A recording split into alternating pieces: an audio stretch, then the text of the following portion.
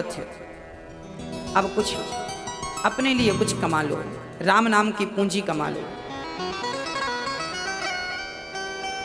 व्यास जी महाराज ने भागवत लिखी, 17 पुराण लिखने के पश्चात अंत में श्रीमद् भागवत लिखी। और शुरुआत कहां से की? महाभारत के युद्ध से। कहते हैं महाभारत जहां से पूरा होता है ना, भागवत वहां से प्रारंभ होती है। हाँ जी, भागवत कहां से प्रारंभ हुई? महाभारत से। 99 कौरव मारे गए, एक बचा मात्र दुर्योधन। भीम भैया की गदा से उनकी भी जंघा टूट गई, परंतु जिंदा रहा। आखिरी में गुरु द्रोणाचार्य के पुत्र अश्वत्थामा रात्रि के समय दुर्योधन से मिलने गए। मित्र कैसे हो? दुर्योधन ने कहा, अब मेरा हाल पूछने से कोई फायदा नहीं, थोड़ी देर में मर जाऊंगा, पर मरते मरते भी मेरी एक इच्छा रह गई। इन इच्छाओं की बातें जरा सुनिएगा। मरते मरते भी अभी क्या बची है? इच्छा। कौन सी इच्छा? चलो अच्छी इच्छा होए तो समझ में भी आए। इच्छा क्या थी दुर्योधन की? कि पांडवों को हम मरा हुआ देख लें बस। 5 की 5 में एक भी नहीं मरा। दुख इस बात का है कि हम 100 में एक भी नहीं बचे और वो 5 में एक भी नहीं मरा। अच्छा, ऐसा क्यों था? हम 100 में से तो एक भी नहीं बच रहे हैं और वो 5 में एक भी नहीं मरे। क्यों ऐसा था? ऐसा इसलिए था कि जिनके सिर पर भगवान का हाथ हो, उन्हें कौन क्या मारेगा।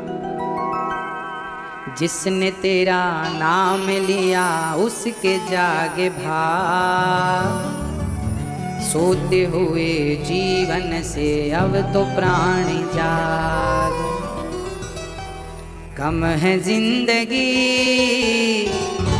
कर लो बंदगी, प्रभु का हाथ हो तो मौत भी न मार दे। मन में बसा कर तेरे मूर्ति, उतारूं मैं गिरधर तेरी आरती। हाँ प्रिय भक्तों, भगवान पांडवों को मरने नहीं देते। भगवान जिनके रक्षक हैं उन्हें कौन मारेगा? दुर्योधन की बात मानकर अश्वत्थामा चला कि चलो एक प्रयास और कर लूं पांडवों को मारने का। अभी युद्ध में धर्म के साथ तो लड़ नहीं पाए, अब अधर्म से चलते हैं। कई बार इंसान अपनी जीत के लिए अधर्म का भी सहारा लेता है, अपने यश के लिए, अपने काम को बनाने के लिए अधर्म का आश्रय लेता है। आप याद रखिएगा, अधर्म का सहारा मत लीजिएगा। पांडवों ने कभी भी अधर्म का साथ नहीं लिया, जबकि कौरवों ने अधर्म चालू किया। अच्छा, महाभारत में भी एक नियम बनाया गया था, एक योद्धा से एक ही योद्धा लड़ेगा, दो नहीं लड़े। एक महारथी से एक महारथी लड़ेगा, एक घुड़सवार से एक घुड़सवार ही लड़ेगा, एक पैदल से एक ही पैदल लड़ेगा, एक हाथी वाले के ऊपर वाले से एक हाथी वाला लड़ेगा। सबसे पहले ये मर्यादाएं किसने बनाई थी? पितामह भीष्म ने। पितामह भीष्म की ये मर्यादाएं थी, ऐसा युद्ध होगा, क्योंकि ये धर्म युद्ध, धर्म क्षेत्र कुरुक्षेत्र समवेता युद्धोत्सव, धर्म युद्ध है। इस धर्म को तोड़ा किसने था? ये धर्म एक से एक ही युद्ध करेगा। ये मर्यादा महाभारत में कहां टूटी? अभिमन्यु के वक्त टूट गई। अभिमन्यु के समय एक अभिमन्यु से 8 महारथियों ने युद्ध किया था। उसमें गुरु द्रोणाचार्य भी थे, शकुनी भी थे, कर्ण भी थे, दुशासन भी थे, दुर्योधन भी थे, जयद्रथ भी थे। हाँ, ऐसे और थे दिग्गज महारथी। एक से एक ही लड़ने की मर्यादा बनाई गई थी। दोनों पक्षों ने इसे स्वीकार भी किया था, पर यह मर्यादा टूट गई। टूट गई। कब टूटी? पितामह भीष्म की बाणों की सैया के बाद टूटी। पितामह भीष्म ही जब टूट गए तो उनकी बनाई मर्यादा भी टूट गई। उस समय सेनापति पितामह नहीं थे, उस समय गुरु द्रोणाचार्य सेना पद पर अभिषिक्त थे। टूट गई मर्यादा। अब भगवान ने कहा अच्छा तुमने तोड़ दी मर्यादा, तब फिर आओ मैदान में। तब फिर अर्जुन ने भी क्या किया, दानवीर कर्ण का रथ जब जमीन पर धंस गया तो उसमें यह भी नियम था कि जब किसी का रथ काम ना कर रहा हो और योद्धा रथ पर ना हो तो उस पर बाण ना चलाया जाए। अर्जुन ने नहीं चलाया। भगवान ने कहा अर्जुन पागल मत बन, निहत्थी अभिमन्यु पर इन्हीं ने बाण चलाया था। जब इन्होंने मर्यादा का ख्याल नहीं रखा तो तुम क्यों पंडित बन रहे हो। याद रखना, जब आप धर्म का पालन करेंगे तो धर्म आपकी रक्षा करेगा। जब आप ही मर्यादाओं को तोड़ देंगे तो फिर जिन मर्यादाओं को आपने तोड़ा है, याद रखना दुर्योधन कर्ण कभी ना मरते, कभी कभी कभी ना मरते, क्योंकि कवच कुंडल उनके पास था, कभी ना मरते यदि उन्होंने अपनी मर्यादाओं को ना तोड़ा होता तो। यदि उन्होंने निहत्थे अभिमन्यु पर बाण ना चलाया होता तो क्या अर्जुन चला पाते। पर अर्जुन का भी बल तब बढ़ा कि जब तुमने मर्यादाओं का ध्यान नहीं दिया, हम क्यों करें। रथ पर नीचे थे, रथ से उतरे थे, पर धनुष बाण उनके पास था, छोड़ा नहीं था, निहत्थे नहीं थे, बाण चला दिया, मारे गए। अब आप कहेंगे महाराज जी अर्जुन ने भी तो अधर्म का साथ लिया, माना की, पर ये तो बताओ कि इसकी शुरुआत किसने की। क्या एक ही व्यक्ति धर्म का पाठ पढ़ेगा? क्या एक के लिए ही धर्म है? क्या हम ही धर्म का पालन करें? आपका कर्तव्य नहीं है कि आप धर्म का पालन करें? क्या दुर्योधन का कर्तव्य नहीं था कि वो अभिमन्यु निहत्था था तो ना बाण चलाए? क्या पितामह भीष्म पर, क्या गुरु द्रोणाचार्य का ये कर्तव्य नहीं था कि वो निहत्था है तो उसको बाण ना चलाए, मारे ना? क्या जयद्रथ का काम नहीं था? क्या कर्ण ज्ञानी नहीं थे, समझदार नहीं थे कि एक बालक पर बाण चलाया? उस समय इनकी उम्र मात्र 20 साल की थी। अभिमन्यु कितने साल का? 20 साल का बच्चा था, 20 वर्ष की उम्र थी, निहत्थे 7 दिग्गजों ने मारा। और मरने के बाद जयद्रथ ने, पता है, अभिमन्यु के सिर पे लात मारा था। मर गया जब, तो मरे हुए अभिमन्यु के मस्तक पर लात जयद्रथ ने मारा था। ये जयद्रथ कौन था? दुर्योधन के जीजा जी थे। तो क्या तुम्हारे गुनाहों का कोई हिसाब नहीं होगा? कर लो गुनाह, कर लो, हिसाब जब होगा तब होगा। शुरुआत तुमने की है, अब भोगने के लिए तैयार हो जाओ। दूसरे दिन अर्जुन ने प्रतिज्ञा कर ली, कल के युद्ध में मैं जयद्रथ को मार डालूंगा, नहीं तो मैं अग्नि स्नान कर लूंगा, आग में कूद जाऊंगा। दूसरे दिन के युद्ध में तो जयद्रथ भागने लगा कि मैं भाग जाऊं, नहीं तो अर्जुन मार डालेगा। समझाया सबने, ना हम तो हैं, हम तो हैं। तुम कितने भी बड़े बने रहो, जब तुमने अधर्म किया है तो वही अधर्म तुम्हारे प्राण लेगा। रावण को किसने मारा? राम ने ना, रावण को राम ने नहीं, रावण के पापों ने रावण को मार डाला। कौरवों को पांडवों ने नहीं, कौरवों के पापों ने मार डाला। आज का इंसान जब मरता है ना, वो आरोप लगाता है तुम्हारे कारण हुआ, ना, तुम्हारे अपने पापों के कारण तुम परेशान हो, तुम्हारे पापों ने तुम्हें मारा है। भर गया है पाप घट पापी के अत्याचार से। कृष्ण कहते हैं पापियों का विनाश होगा मेरे कृष्ण अवतार से। चल पड़े भगवान। दूसरे दिन का युद्ध प्रारंभ हुआ, शंखनाद हुआ, सारे अपनी अपनी जगह पर स्थित हो गए। चालू हुआ महाभारत। आज लंबी सेना के बीच में जयद्रथ को नियुक्त किया है। बड़ी सिक्योरिटी थी, कोई पक्षी भी पर नहीं मार सकता, इतनी सिक्योरिटी टाइट। अर्जुन बहुत दूर थे, परंतु जब शाम होने को आई, सूर्य अस्त में मात्र 1 घंटा शेष रह गया, तब भगवान समझ गए कि अर्जुन तो जयद्रथ तक पहुंच नहीं सकता। देखिए, जब आप भगवान के चरणों में समर्पण कर देते हैं तो फिर भगवान ही आपके लिए मार्ग प्रशस्त करता है। भगवान समझ गए कि ये तो नहीं पहुंच सकता, तो भगवान ने युक्ति निकाली। भगवान ने दिन को ही रात कर दिया, संध्या हो गई, सूर्य को ढक लिया बादलों ने, सबको लगा शाम हो गई। अच्छा, यहां मैं एक प्रश्न भी आपसे करना चाहूंगा। मुझे ये बताइए आप लोग कि भगवान पक्षपाती हैं या नहीं? मैया जी, राधे राधे, बताइए भगवान पक्षपाती हैं या नहीं? हाँ या ना? भगवान इतने बड़े पक्षपाती हैं, इनके जैसा कोई नहीं। कहां पक्ष लिया? वही कथा है। सूर्य अस्त होने में मात्र 1 घंटा शेष रह गया। भगवान ने माया को बुलाया, बादलों ने सूर्य को ढका। जब बादलों ने ढका, दुर्योधन ने कहा चल अब तूने प्रतिज्ञा ली थी अमर। अब दुर्योधन के कहने से अर्जुन ने संकल्प लिया था मर जाऊंगा, चिता बनाई, जलने के लिए जाने लगे। तभी जयद्रथ का मन हुआ कि मैं अपने दुश्मन को मरता हुआ तो देखूं, भाग के सारी सिक्योरिटी तोड़ कर आ गया, मैं भी देखूं। हा हा हा हंसने लगा। अब भगवान समझ गए मैं भी तो यही चाहता था, तू आ जा। आया, खड़ा हुआ। तब भगवान ने कहा माया तुम्हारा काम हो गया, जाओ। जैसी गई बादल हटे, सूर्य की किरणें। भगवान ने कहा अर्जुन अभी सूर्य अस्त नहीं हुआ, सूर्य अस्त होने में अभी भी 10 मिनट शेष रह गए। उठाओ अपना गांडीव, ये रहा तुम्हारा दुर्योधन, अपना तुम्हारा दुश्मन, और बाण चलाओ। पर याद रखना इसका सर जमीन पर गिरेगा तो तुम्हारे सिर के 100 टुकड़े हो जाएंगे। इसलिए ऐसा बाण चलाना कि इसका सिर जाकर इसके पिता की गोद में जाकर गिरे। जो बाण चलाया। अब मुझे आप ये बताओ कि क्या अर्जुन के बाण में इतनी ताकत थी कि उसका सिर काट के उसके पिता की गोद में गिराए? इस बात का खुलासा किसने किया था जानते हैं? जब पूरा महाभारत हुआ, बर्बरीक ने इसका खुलासा किया। बर्बरीक सारे महाभारत का दृष्टा था, देखने वाला। बर्बरीक ने कहा था अर्जुन जब तुमने जयद्रथ के लिए बाण चलाया था तो तुम्हारा बाण तो जयद्रथ का सिर काट के गिर ही गया था, पर उसे कृष्ण के सुदर्शन ने अपने ऊपर बिठाया और ले जा करके और उसके पिता की गोद में गिराया। दोनों बाप बेटे मर गए और भगवान ने भक्त की रक्षा कर ली। भगवान अपने भक्त के लिए कुछ भी कर सकते हैं।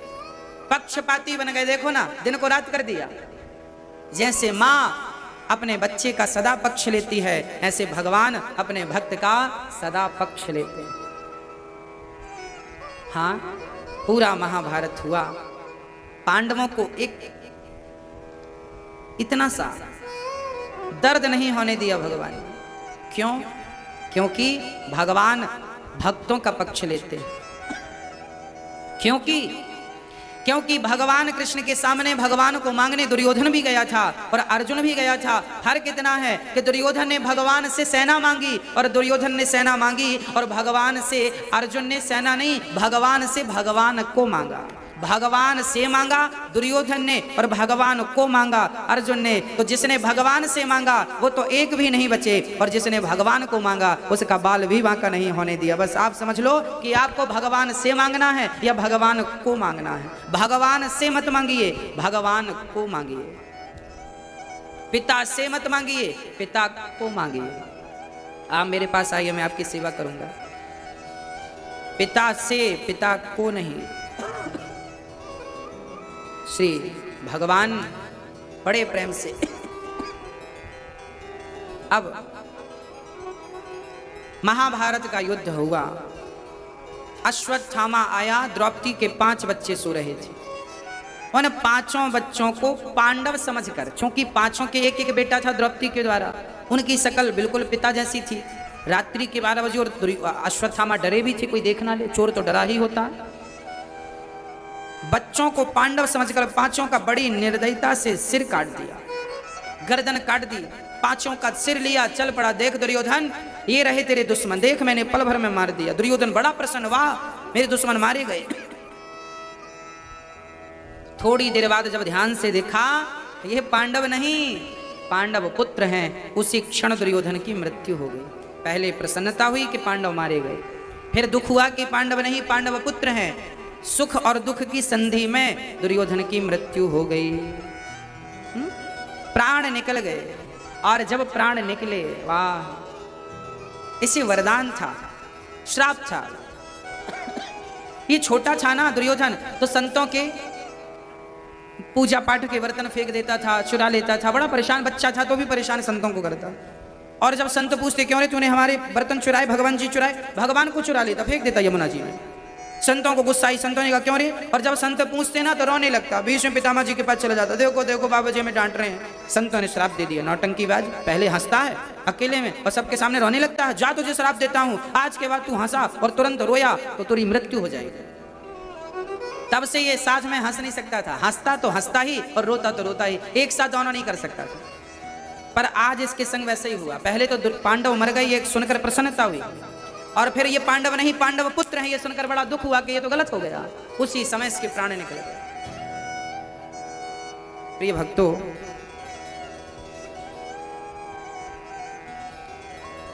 अब द्रौपदी मां जो थी उसके तो 5 बच्चे मारे गए। अब यहां एक प्रश्न खड़ा होता है, भगवान के ऊपर एक उंगली उठ रही है कि हे प्रभु, आपने पांडवों को तो बचा लिया, आप चाहते तो पांडव पुत्रों को भी तो बचा लेते, इनको भी तो मरने से आप बचा सकते थे। द्रौपदी ने यह प्रश्न किया है कि प्रभु आप तो सर्वांतर्यामी हैं, सब जानते हैं, तो आपने उनकी रक्षा क्यों नहीं की।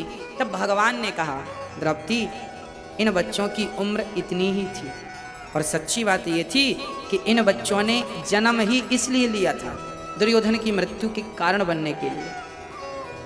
ये ना मरते तो दुर्योधन की मृत्यु ना होती, उनके लिए इनका मरना जरूरी था। मतलब ईश्वर जो करते हैं उसके पीछे प्लानिंग होती है। इस कारण से ये कारण समाप्त होगा और इस कारण से ये कारण बनेगा। लीला है, हम लोग ना तुच्छ प्राणी हैं, हम भगवान की लीलाओं को समझते नहीं हैं। अश्वत्थामा के बाल पकड़ करके घसीट करके द्रौपदी के सामने खड़ा कर दिया अर्जुन ने। देखो द्रौपदी, आपके पुत्र का हत्यारा आपके सामने खड़ा है, जो सजा देना चाहो इस हत्यारे को दे दो। अच्छा मुझे आप एक बात बताओ, यदि आपके अपनों का कोई हत्यारा आपके सामने आकर खड़ा हो जाए तो आपके क्या विचार होंगे उसके लिए? क्या आपके भीतर उसके लिए कोई दया का स्थान होगा? मैया जी, क्या आपके भीतर उस हत्यारे के लिए कोई दया का स्थान होगा? हाँ या ना? नहीं ना? पर द्रौपदी ऐसी दयालु है, द्रौपदी कहती है इसे छोड़ दो। क्यों छोड़ दें? क्योंकि दया धर्म का मूल है, पाप मूल अभिमान। तुलसी दया न छोड़िए जब तक घट में प्राण। दया का भाव कभी ना छूटे, दया कभी मत छोड़ो। दया ही ईश्वर का स्वरूप है, दया ही धर्म है, दया धर्म का मूल है। जीव मात्र पर दया करते रहिए, दया ना छूटे कभी। हाँ, दया ही ईश्वर तक पहुंचाएगी, इसलिए दया जरूरी है। हम लोगों के भीतर ना करुणा नहीं है, हमारे भीतर दया नहीं है। अच्छा दया होती तो आजकल के बच्चे अपने माँ पर ही दया कर लेते, पर आजकल के तो बच्चे अपने माँ का भी दर्द नहीं समझते। दर्द इसलिए तो नहीं समझते क्योंकि भीतर दया है ही नहीं। भाई जिसके भीतर दया है वो तो दर्द समझेगा, दया ही नहीं है तो दर्द क्या समझेगा? दया रहित हो गया है प्राणी। भगवान भी कहते हैं कि जब तुम्हें लोगों पर दया नहीं है तो हम तुम पर दया क्यों करें? अच्छा दया का उल्टा करिए, क्या है? दया का उल्टा है याद। जब आप जीव मात्र पर दया करेंगे तो ईश्वर आपको याद जरूर करेंगे। हाँ, अच्छा दया माँ दया की प्रतिमूर्ति होती है, इसलिए माँ को ममता मई कहते हैं, करुणा मई कहते हैं। हाँ, इसलिए द्रौपदी एक माँ है, भले उसके 5 बच्चे मर गए हैं, पर वो ये सोचती हैं कि यदि मेरे बच्चे मर गए और मैंने इसे मार दिया तो कल इसकी माँ भी तो रोएगी अपने बच्चे के लिए, ये भी तो किसी माँ का बेटा है। द्रोणाचार्य की पत्नी का तो अब यही सहारा है, द्रोणाचार्य तो चले गए महाभारत में, इसको मार देंगे तो इसकी माँ अनाथ सी हो जाएगी, इसलिए मारना ठीक नहीं। माँ द्रौपदी है और हमारी माँ द्रौपदी माँ और सबकी माँ हमें यही समझाती है, करुणा करो, दया करो। माँ की दयालुता तो देखो। अच्छा एक बात बताओ, कभी भी माँ सपने में भी क्या अपने बच्चे का बुरा सोच सकती है? नहीं। माँ कभी भी, पूरी दुनिया में एक माँ ऐसी है जो बच्चा गाली भी दे माँ को, माँ के साथ बुरा व्यवहार भी करे तो भी माँ उस बच्चे के लिए गलत नहीं सोच सकती, ना सुन सकती। ऐसी माँ होती, ऐसी तो सिर्फ माँ होती है। याद रखना, पिता भी ऐसा नहीं होता। पिता का स्थान भी माँ से बहुत नीचा है, माँ का स्थान तो सबसे ऊंचा है। माँ सिर्फ माँ होती है, माँ जैसा कोई नहीं। इसलिए अपनी माँ और अपने माँ की पूजा, माँ का सम्मान, माँ का आदर करना जरूरी है। जो बच्चे अपने माँ की सेवा करते हैं उन्हें मंदिर जाने की भी जरूरत नहीं है। माँ की सेवा ही भगवान की भक्ति है, भगवान की पूजा है। जब माँ के चरणों को धोते हो तो भगवान स्नान कर लेते हैं, क्योंकि भगवान माँ के ही चरणों में रहते हैं, चरण में ही भगवान का वास है। तो माँ के चरणों में जल डालो, भगवान का स्नान। माँ के चरणों में फूल चढ़ाओ, भगवान को फूल चढ़ गया। माँ को भोजन कराओ, भगवान का पेट भर गया। माँ की पाँव सेवा करो, चरण दबाओ माँ के, तो भगवान के पाँव दब रहे हैं वो। भगवान डायरेक्ट कोई सेवा नहीं लेते, माँ से ही भगवान का कॉन्ट्रैक्ट है सारा। तुम्हारी सेवा होती जाए तो सप्लाई इस तरफ करते जाना। माँ को जब पाँव दबाने से जब सुख मिलता है ना, तो माँ के भीतर से जो दुआ निकलती है बच्चे के लिए, जीता रहे बेटा, खुश रहे, वो आशीर्वाद भगवान का है। इसलिए माँ और भगवान दोनों पर्यायवाची हैं। इसलिए तो भगवान के लिए हम लोग गाते हैं, त्वमेव माता च पिता त्वमेव, त्वमेव बन्धुश्च सखा त्वमेव, त्वमेव विद्या द्रविडं त्वमेव, त्वमेव सर्वं मम देव देव। तू कितनी अच्छी है, तू कितनी भोली है, हो प्यारी प्यारी है ओ माँ, ओ माँ, ओ माँ, प्यारी माँ, तू कितनी अच्छी है, प्यारी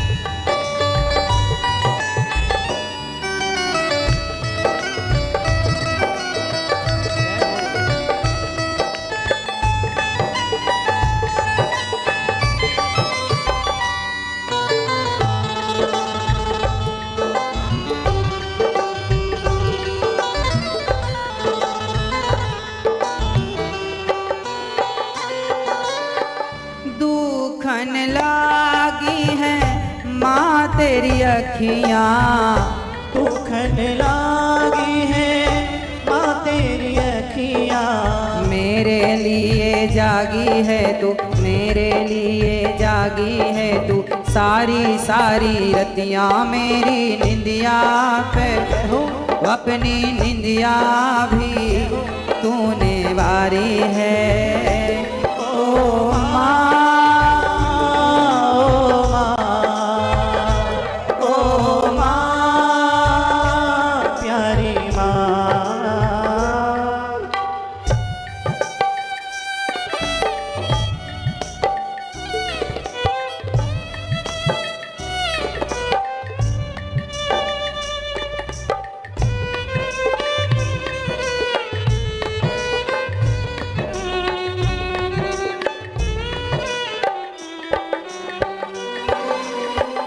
अपना नहीं तुझे सुख दुख कोई, अपना नहीं तुझे सुख दुख कोई। माँ का अपना कोई सुख नहीं होता, मांगती है तो बच्चों के लिए, रोती है तो बच्चों के लिए, हे भगवान मुझे मार दे पर मेरे बच्चों की रक्षा करना।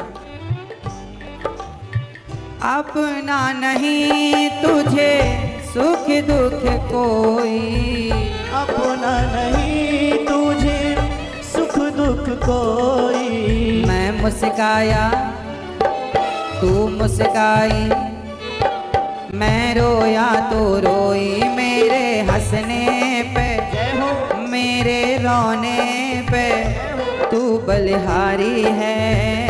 ओ माँ, ओ माँ, ओ माँ, प्यारी माँ। इसलिए कहता हूँ कभी भगवान की आरती उतारने के बाद समय मिले तो माँ के चरणों की भी आरती उतार लेना, क्योंकि ये माँ ना होती ना तो हम ना होते, तुम ना होते। ये संसार यदि है तो माँ की बदौलत।